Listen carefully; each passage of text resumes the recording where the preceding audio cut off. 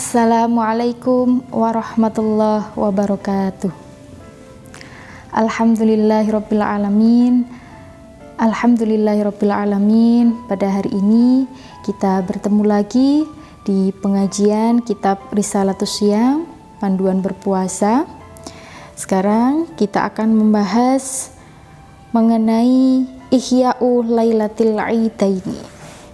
Bismillahirrahmanirrahim. Qala musannifu rahimahullahu ta'ala wa nafa'ana bihi wa bi'ulumihi fid dharaini amin ya rabbal alamin. Faslun utawi iki iku fasal suwiji fi ihya'i lailatil idaini ing dalem nerangake ngurip-urip wengine id loro. Nah, jadi seiring dengan habisnya bulan Ramadan, kita sudah memasuki hari yang ke-24.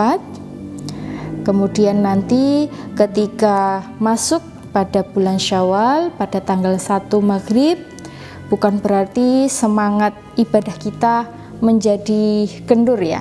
Jadi semakin bertambahnya hari pada bulan Ramadan, kita justru harus semakin semangat untuk meningkatkan ibadah kita sebagai manifestasi ketakwaan kepada Allah Subhanahu wa ta'ala.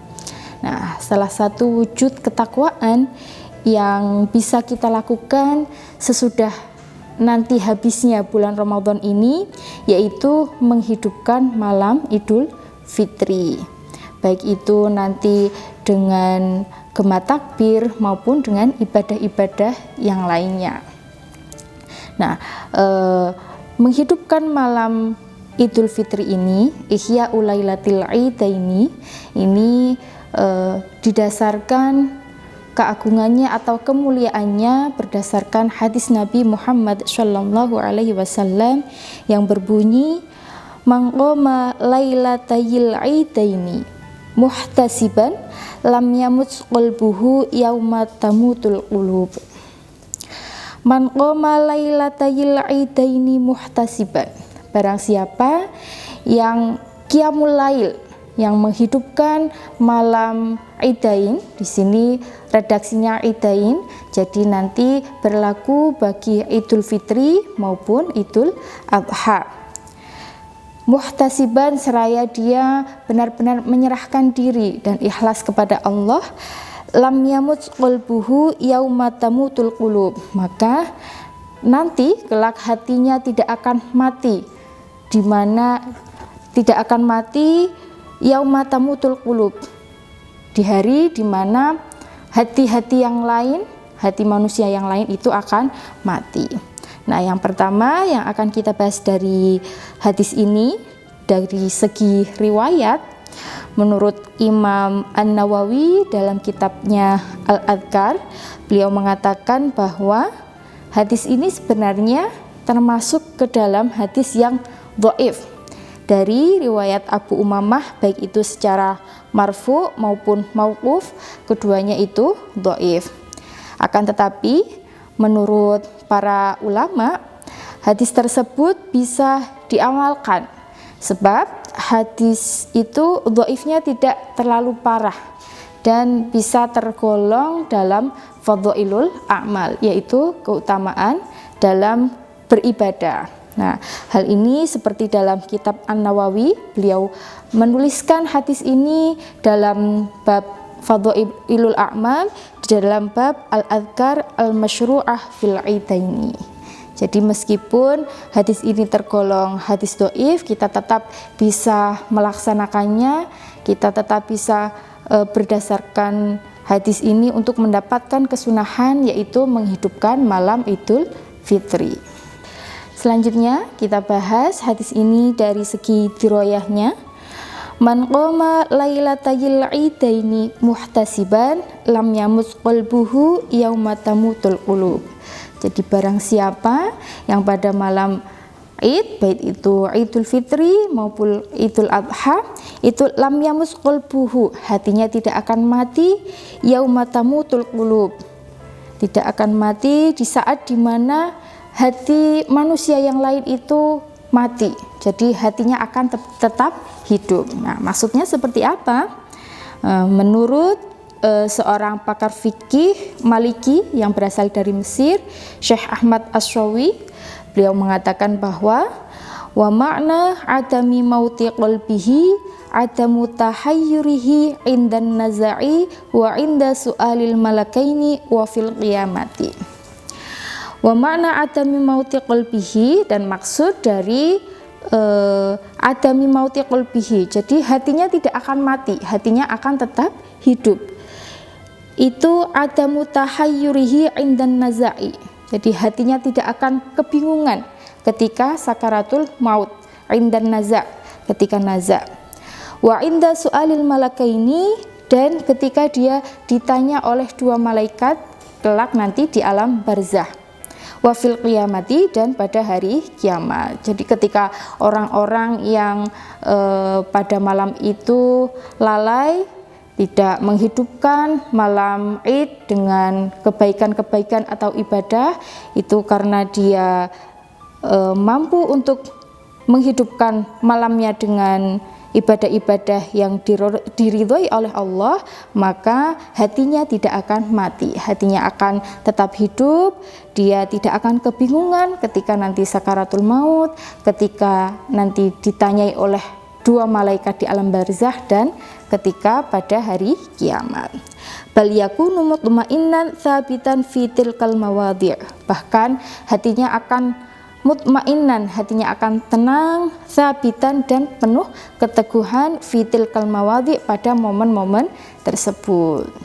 Jadi betapa mulianya, betapa kita akan tergolong orang-orang yang beruntung apabila besok ketika malam Id kita mempergunakan waktu dengan sebaik mungkin, kita mengisinya dengan ibadah-ibadah yang mulia. Nah, zaman dahulu kala, junjungan kita Nabi Muhammad SAW, ketika malam Id, setiap malam hari raya, itu beliau bersama dengan sahabat-sahabatnya tidak tidur, ya. Jadi semakin memperbanyak ibadah, seperti hanya sholat, kemudian takbiran, ya, seperti materi yang telah dijelaskan kemarin, memperbanyak takbiran, kemudian membaca Al-Quran, membaca dzikir atau istighfar, dan ibadah-ibadah sunnah lain yang baik-baik. Nah, untuk ibadah lain, menurut para ulama salafus sholihin, itu paling tidak untuk bisa termasuk Ihya'ul Lailatul Idaini, itu seminimalnya kita mengikuti sholat jamaah isya pada malam Id tersebut, kemudian paginya sholat jamaah subuh. Karena biasanya masyarakat di Indonesia pada umumnya ketika pada malam Id, ya, itu ada banyak tradisi di beberapa daerah itu saling mengadakan takbir keliling. Nah, biasanya jika takbir keliling itu dilaksanakan hanya dengan bentuk yang foya-foya atau tanpa kendali, itu bisa sampai larut malam, bahkan tidak mengikuti jamaah isya, bahkan sampai paginya itu nanti bisa saja kesiangan sampai tidak ikut sholat subuh. Nah, itu na'udzubillah min dzalik, karena saat ini juga kita dilarang untuk berada dalam keramaian untuk sholat, atau cara kita untuk Ihya'ul Lailatul Idaini untuk tahun ini mungkin kita bisa tetap berada di rumah sambil memperbanyak ibadah-ibadah yang baik, seperti itu. Selanjutnya kita akan membahas tentang tahniah. Tahniah yaitu mengucapkan selamat untuk hari raya dan mendoakan untuk sesama. Qala Syaikhu Asy-Syarqawiyyu wa tahniatu bil aidi sunnatun. Jadi ketika nanti sudah masuk di hari raya, itu kita disunahkan untuk tahniah, mengucapkan selamat dan mendoakan kebaikan kepada sesama. Wa yadkhulu waqtuha fil fitri bi ghurubis syamsi. Ketika itu Idnya Idul Fitri, Wa yadkhulu waqtuha fil fitri bi ghurubi syamsi. Itu mulai sunnah, mulai mendapatkan kesunahan untuk tahniah ketika Idul Fitri, yaitu waktunya adalah ketika masuk waktu maghrib, ghurubi syamsi. Jadi biasanya kalau kita orang Indonesia mengikuti pemerintah, maka kita menunggu hasil keputusan isbat. Jika keputusan isbat sudah keluar pada malam itu sudah masuk 1 Syawal, maka kita sudah mendapatkan kesunahan untuk tahniah, mengucapkan selamat hari raya. Wa fil adha bi subhi arafata. Dan untuk ucapan selamat atau tahniah ketika Idul Adha itu bisa dimulai dari subuhnya hari Arafah, berarti mulai dari tanggal 9 Dzulhijjah. Katakbiri wa kadzalika bil ami wa bisyahri ma'a musyahafatir rajulaini li ba'dihha wal mar'ataini kadzalik. Nah, itu kita disunahkan untuk membaca takbir, kemudian nanti bersalam-salaman, musyafahah, laki-laki dengan laki-laki, perempuan dengan perempuan. Wa tahrumu musyahafatur rajuli lil mar'ati al ajnabiyati bi ghairi haili. Jadi perempuan dengan perempuan, laki-laki dengan laki-laki. Nah, ketika sudah memasuki Lebaran, itu ada salah satu doa yang disunahkan, ya, tahniah itu kan tadi ad-du'a bi'audis sururi. Jadi saking gembiranya kita, saking rasa bersyukurnya kita kepada Allah bahwa kita telah bisa sampai melewati Ramadan, bahwa kita telah sampai pada hari raya, yaitu dengan cara saling mendoakan. Dan biasanya doa yang diucapkan adalah taqabbalallahu minna wa minka wa a'adahullahu alaikum bi khair. Ketika ada yang mengucapkan seperti itu kepada kita, wa tusannu ijabatul munhi, dan kita disunahkan untuk membalas dengan doa taqabbalallahu minkum ahyakumullahu li amsalihi kulla'am wa antum bi khair. Begitu.